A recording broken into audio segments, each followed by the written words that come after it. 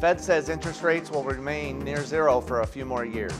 How will those low rates affect your financial interests? I'm Erik Brenner. Join me next for Your Wealth Health.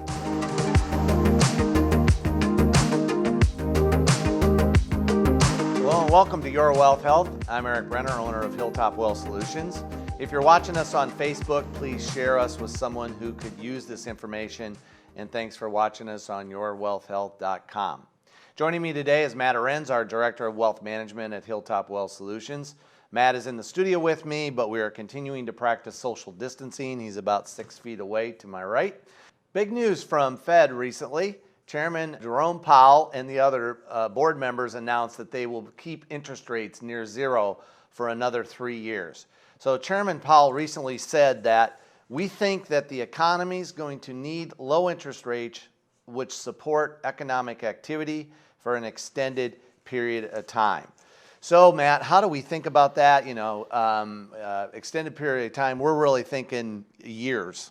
I think so. I think right now we're looking at least 1 to 2 more years with an attempt to boost the economy, get things back to normal, especially with people unemployed, and trying to spark some energy around that.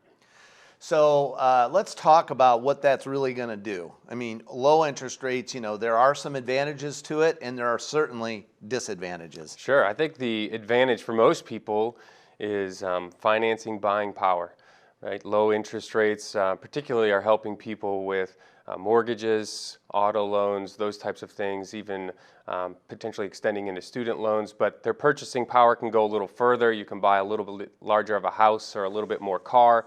It's giving people flexibility with those buying decisions. Yeah. So let's take a look at this graphic, Matt, that we have that shows the Fed rate moves, which is really interesting. If you look back in 05, they were pretty low, 04, 03, 05. And then, of course, it spiked up in 06 and 07. The Fed fund rate was above 5% at that time. I mean, it seems, and that was a long time ago, 5%.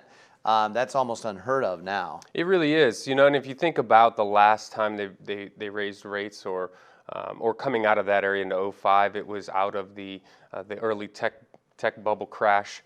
We saw rates finally get back to a pretty good consistent rate, 4 or 5%. And then going into the financial crisis, we saw those rates drop again to near low zeros and slowly, steadily rise as things got progressively better over the last 10 years until we hit, obviously, the COVID pandemic. And more financial stress, economic stress has resulted in the Fed trying to ease tensions in economic markets, stimulate some economic activity by dropping rates back down to zero. So if we refer back to the graphic, Matt, back in 06 or so, I know you mentioned that you bought a house and it was what, 6%? Yeah, 6%? Exactly. My first house back in 05 actually was about 6%, 6.25%. And I remember at the time thinking, well, that's a great interest rate. People I had friends that were getting around 7, and I thought 6 is great. And boy, we'll never see that go any lower. It was a great opportunity. And that obviously changed really quick.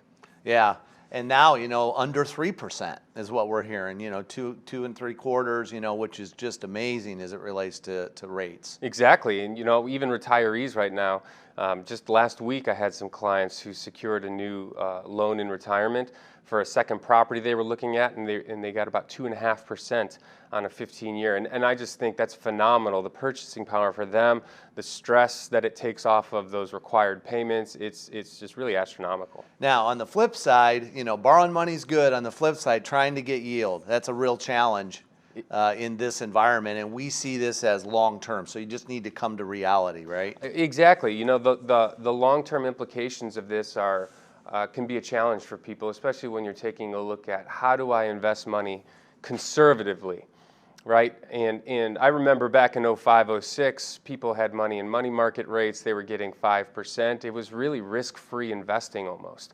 especially if you're looking at as a retiree taking out 4 to 5% withdrawal factors from your portfolios. You could be very conservative and know that it was going to support your income. Fast forward to today, money markets are paying maybe 0.5% on a good day, and that puts a lot more stress. So it really just means you have to have a lot more money to stay conservative, because the rates just aren't going to give you that risk-free investment return that people became accustomed to 10 years ago. Yeah. In fact, we've got this graphic that we're showing, and it really does depict from, prior to the pre-crisis, the financial crisis of 08, 09, so back in 07, you can see there in kind of that orange pinkish color really where the yields were, and then the green and where we're at today. And exactly what you said. I mean, obviously the U.S. dollar has really dropped. And the flip side is true, that way down at the bottom, it shows U.S. Equities, and there's a lot of talk around dividend yield, looking for dividend yield. And so we really encourage people that if you want to stay conservative, that's fine, but you have to come to reality that there's just not a lot of interest rate opportunities. There really isn't, and this is actually part of the strategy that the Fed employs. Is if we have rates that are below 1% or 0.5%, you really have to start looking elsewhere to pick up that dividend or yield return. And the Fed's goal here is really to try to push assets out of the conservative money market savings accounts and get people to invest in the stock market, invest in individual stocks or mutual funds, with a goal to help stimulate the stock market exchanges. And so if you're taking those assets out of safe haven places, you're putting them into an individual stock. A lot of times you hear people go to utilities like a Verizon or an AT&T, which typically have a higher dividend. It's to get those assets into the equity markets, help stimulate stock market exchange, and pick up a higher yield. Now, obviously, that presents its own risks because you're going to see volatility in your portfolio. But as a retiree, you also have to look at longevity risks, and you have to grow the assets at the same time. You can't just leave it sitting in cash your whole life. So it's kind of a balance. It's a give and take. But we're finding that people are trying to figure out ways to do that. Still maintain a regular or a respective conservative portfolio. But again, you have to go after some type of assets that's going to pay you, unless you have this giant pool of money that you don't have to worry about it. Yeah. Another thing, the Fed also announced plans to purchase more Treasury securities and mortgage-backed securities over the next several months to kind of keep the markets functioning and keep financial conditions smooth. So what does that really mean to kind of our viewing audience? Primarily, it means the fact that the Fed is saying, hey, we want to make sure that there aren't any defaults. We want people to know that mortgages, the financing debt from corporations, they're secure. We won't see default rates, which create a huge havoc in economic markets. And so they're basically saying, we're giving you kind of a guarantee, almost, if you will, of saying we're going to help support the economy, we're going to help support that debt market to make sure that things continue to run smoothly, and we don't see issues with the fixed income market. Yeah, and I know earlier on in March, when the pandemic started, it was a big concern as far as just liquidity. And liquidity really means being able to get money out when you want it. That's exactly right. So I think they're doing a pretty good job as it relates to trying to stay on top of it and kind of keep the economy moving in the right direction overall. Yeah, I think so. The difficulty is everybody has an opinion on what's right or what's wrong, but we're in unprecedented times, and they're doing the best that they can. And I think as an investor, you just have to appreciate the fact that they're doing something, that they're not just sitting back and being reactive. They're trying to take a proactive approach to help the individual investor, to help businesses, to help the consumer. And again, it's a difficult task, but I believe they're doing their best. Yeah, so how will the Fed's decision keep interest rates low and impact pension plans and millions of people who depend on them? We're going to have some answers when we come back on Your Wealth Health. And we're also going to have the answer to this question. What percentage of working people have some type of work-related retirement plan? Is it 32%, 44%, 56%, or 72%? Stay with us.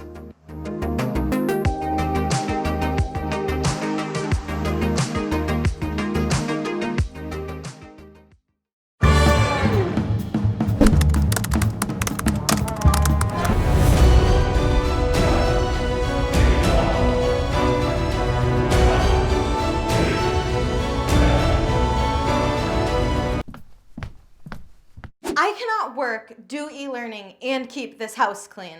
Ugh. We should try Kay's way. We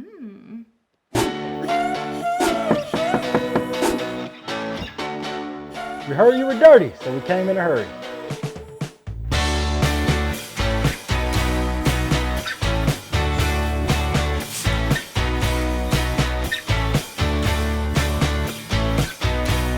We can't help you with the e-learning, but we can help you with the cleaning.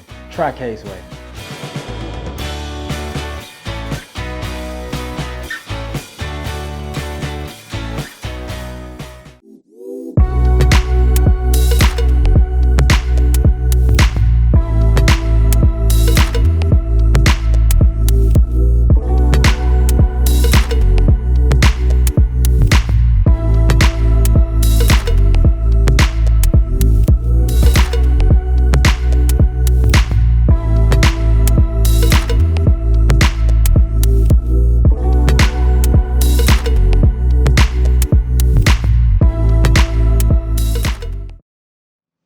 Welcome back to Your Wealth Health. I'm Erik Brenner, owner of Hilltop Wealth Solutions, along with Matt Aurenz, our Director of Wealth Management.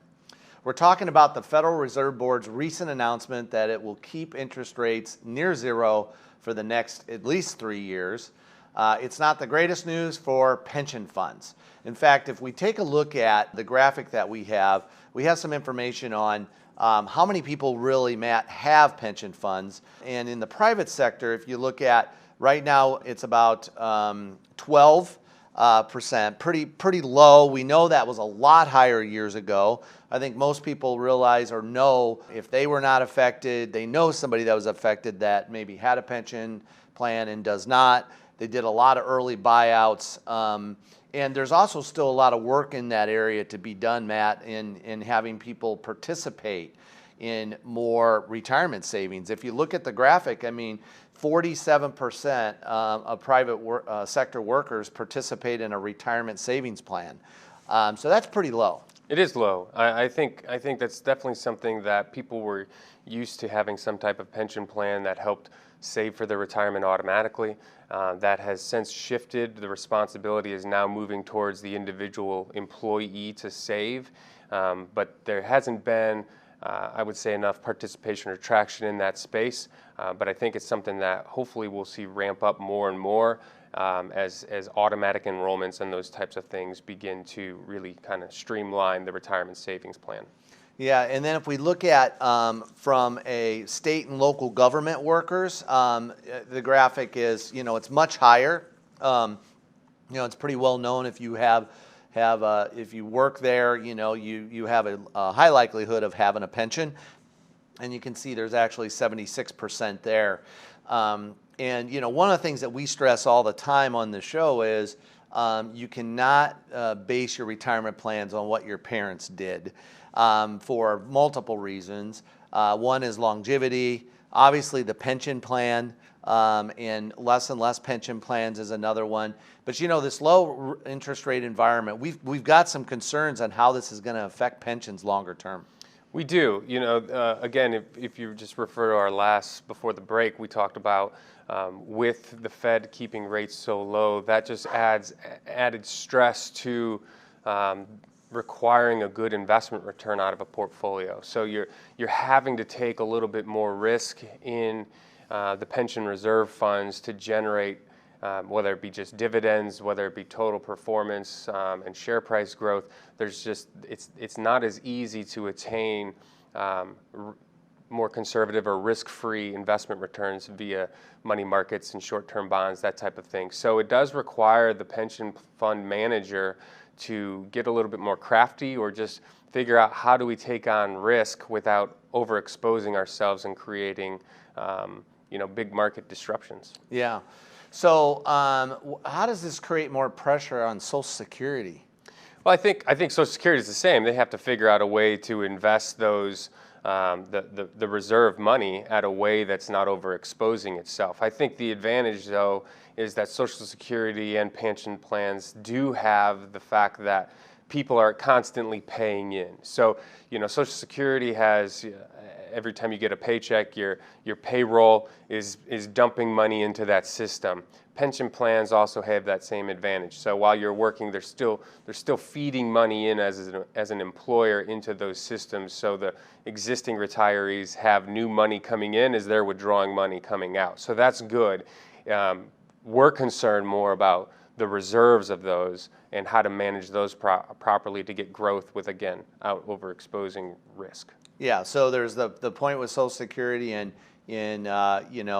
some people worry it's going to be there. We think in some form it's going to be there. There needs to be some reform. Sure. And then making the right decision as far as Social Security. So Matt, will people need to be more aggressive with their investments? I think people will have to definitely address their portfolio to determine, should I be more aggressive, or is this going to be something that maybe is short term I can ride out? I think they need to talk to their advisors on a regular basis about this, and adapt and adjust portfolios as necessary. So being more aggressive could be completely different to each individual investor. I do think that people will probably have to add more exposure, more aggressive investments in the portfolio to maintain growth. But again, you could have growth, and dividends are two completely different things. And so people might find that over the next few years they're going to see more share price growth as opposed to dividends, but they might have to take some money out of conservative assets and feed it into those more price per share growth, as opposed to most of the investment return coming from some type of interest rate or dividend. So ultimately, it appears that pensions in general, are going to become less and less, even more so, and we're now anticipating probably some more buyout opportunities where companies want to get rid of the obligation, and with the longevity issues that we've talked about, people living longer and maybe having a pension for 30, 40 years plus, and with the interest rates. There's going to be some decisions for those that maybe have pensions going forward, that they're going to have to make sure they make the right decisions. That's exactly right. I think, one of the biggest decisions people will make is, what type of payout am I going to receive when I choose my pension plan? Is it going to be on my life only? Is there a survivorship option? Much like they have those decisions with Social Security, it's a one-time decision. You have to make sure it's the right one.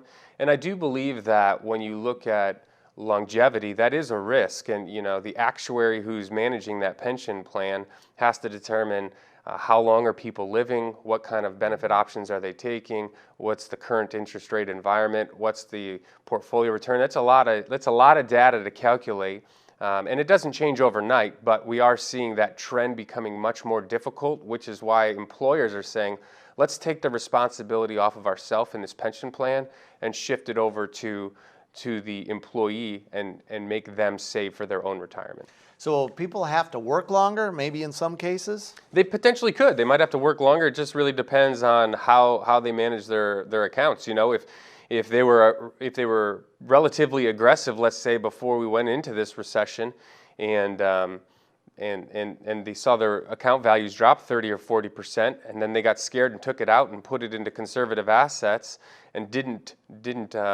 see a recovery in their portfolio, they might have a long way to go now, because they allowed their emotions to overtake their investment strategy. So some people might have to save longer. Some people might have managed their portfolios well and just were able to ride out the storm. I think it's going to be different for everybody.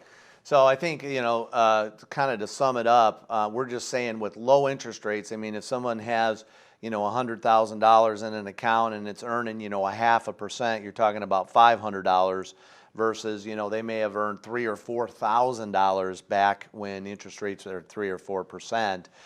So it becomes just a really big difference, and you just need to come to reality. That's exactly right. You just need to stay up to date with current events and investment returns and the Fed funds rate, and you need to be working with your advisor on an annual basis to determine what's the right decision. Yep, great. So the answer to our question in our first segment was that 56%, if you were paying attention, and that's about 120 million people that have a plan. So what if you're already retired? How do these low rates impact you, and what moves should you make? We'll discuss it when we come back on Your Wealth Health.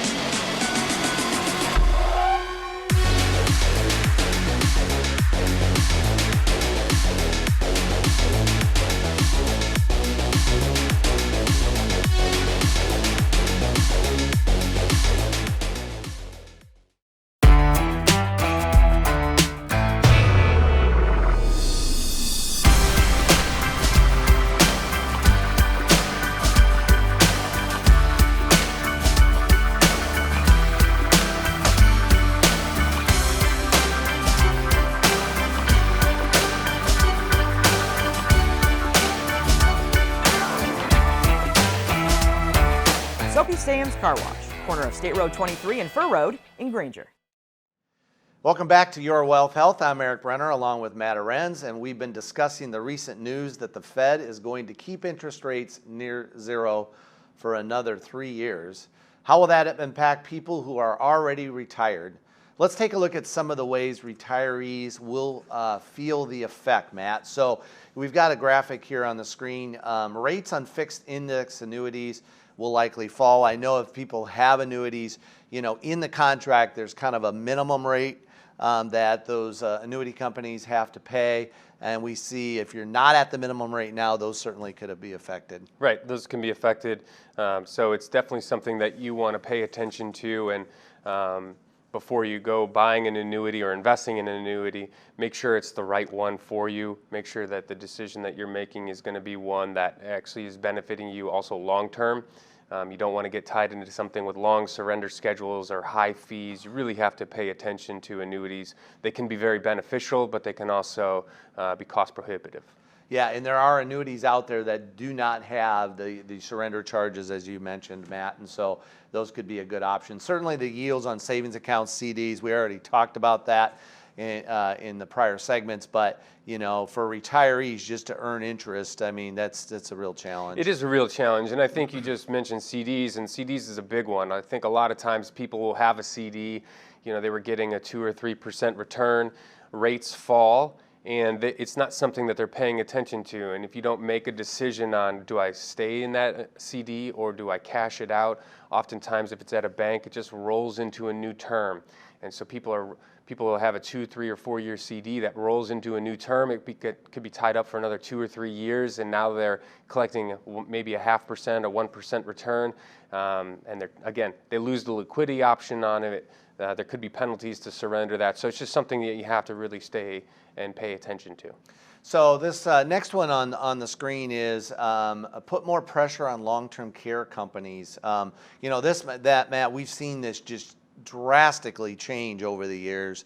There were a lot of companies probably 10, 12 years ago that were in the long-term care insurance business. It's really gotten down to just a few.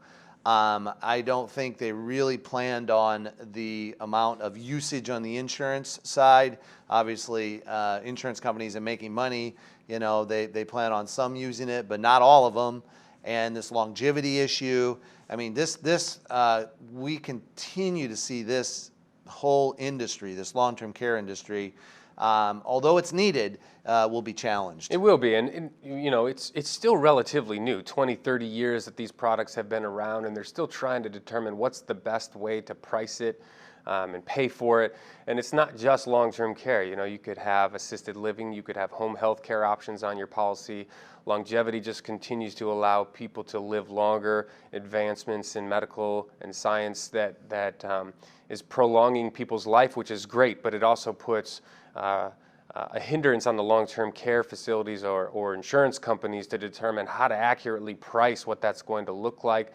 Low interest rate environment now again puts even more pressure on their reserve money to pay for that. So it's a challenging topic. It's obviously one that we believe people still need, but it's going to come with a cost. Yeah, and one of the things that with long-term care insurance companies, most of those they can raise the costs. And so we've seen costs continually go up for clients, and then you're kind of in the middle. Right. You've paid in for several years. Do you continue to pay the cost?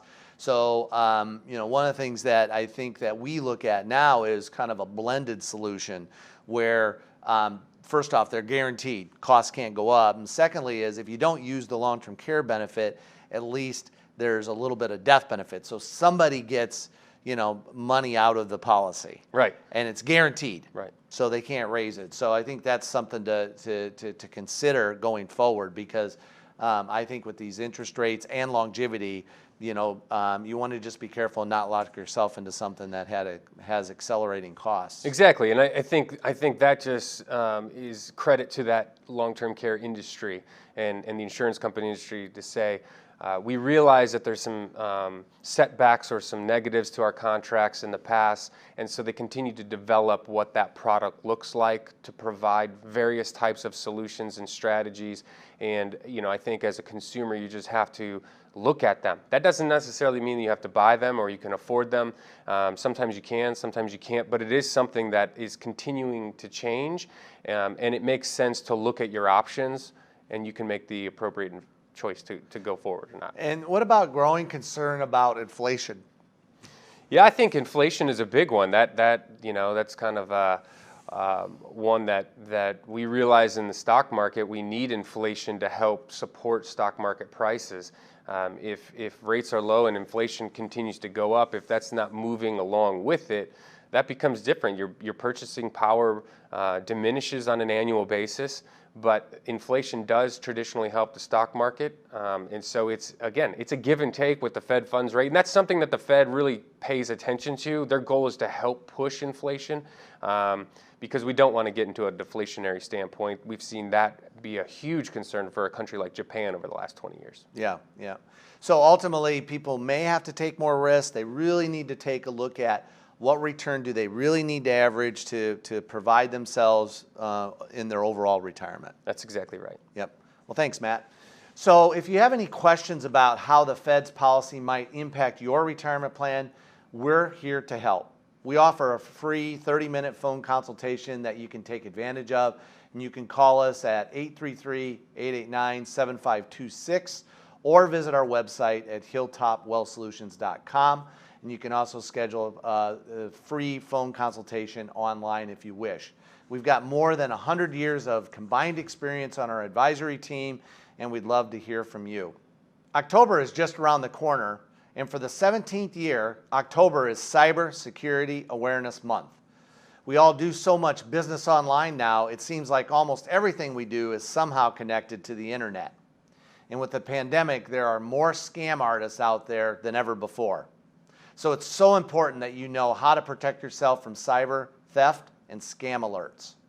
Next week on Your Wealth Health, one of this country's most renowned cybersecurity expert, Robert Siciliano, will join us to talk about the newest trends and threats in cybersecurity world. He's appeared on national TV shows, has written best-selling books, and he speaks all over the world on this topic. This is what he had to say when he was on our show just a few months ago. I've been providing security awareness training for more than half of my life, right? So for 25, 30 years, I have seen it all, really. But never have I seen so much fraud being perpetrated in such a short period of time. So make sure you join us next week for Cybersecurity with Robert Siciliano, an important show, and there's always new information. We're out of time for this morning's show. For Matt Aurenz and the entire Hilltop staff, I'm Erik Brenner. Thank you for watching, and we'll see you next week. Stay wealthy, Michiana.